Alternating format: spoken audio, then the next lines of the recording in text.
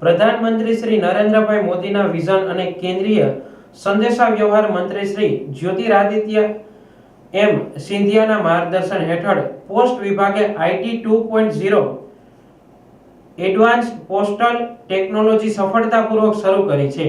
આ સીમાચિહ્નરૂપ digital upgrade વિભાગની તેની 1.65 લાખ પોસ્ટ ઓફિસોમાં દરેક આધુનિકીકરણની યાત્રામાં એક પરિવર્તનશીલ પગલું છે, જે ભારત સરકારના ડિજિટલ ઇન્ડિયા અને મેક ઇન ઇન્ડિયાના વિઝન સાથે સુસંગત છે।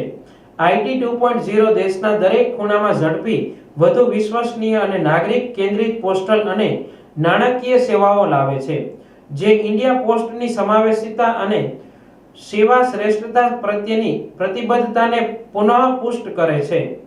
આઈટી મોડર્નાઇઝેશન પ્રોજેક્ટ 1.0 ની સફળતા પર આધાર રાખીને નવા લોન્ચ કરાયેલા એડવાન્સ પોસ્ટલ ટેકનોલોજી પ્લેટફોર્મ એક માઇક્રો સર્વિસીસ આધારિત એપ્લિકેશન રજૂ કરે છે, જે ઝડપી, વધુ વિશ્વસનીય છે અને વપરાશકર્તા મૈત્રીપૂર્ણ નાગરિક કેન્દ્રિત સેવાઓ પ્રદાન કરે છે।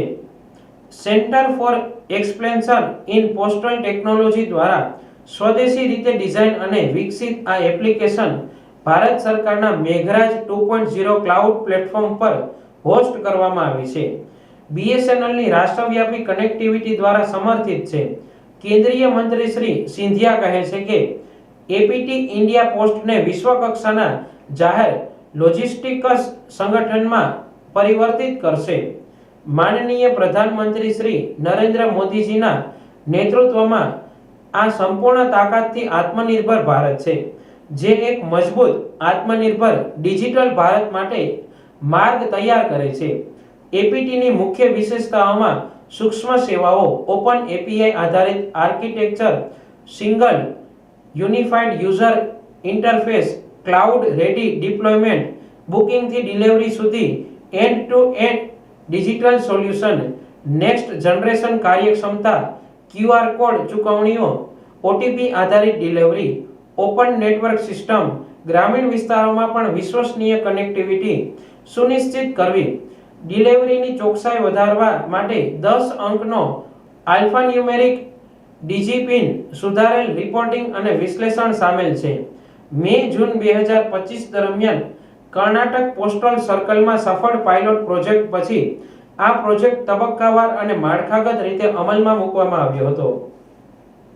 સિસ્ટમ અને વ્યૂહરચનાને સુધારવા માટે મુખ્ય મુશ્કેલીઓ ઓળખવામાં આવી હતી અને તારણોનો સમાવેશ કરવામાં આવ્યો હતો। તારીખ 8/7/2025 થી 22/7/2025 દરમિયાન ગુજરાતમાં કાળજીપૂર્વક તબક્કાવાર રોલ આઉટ કરવામાં આવ્યું હતું। આ સેવાનો પ્રારંભ તારીખ 4 ઓગસ્ટ 2025 ના રોજ તમામ 23 પોસ્ટલ સર્કલમાં થયો હતો, જેમાં 1.70 લાખથી વધુ ઓફિસો તેમજ તમામ પોસ્ટ ઓફિસો, મેલ ઓફિસો અને વહીવટી એકમોમાં સમાવેશ થાય છે। આ એપીટી પર કાર્યરત છે।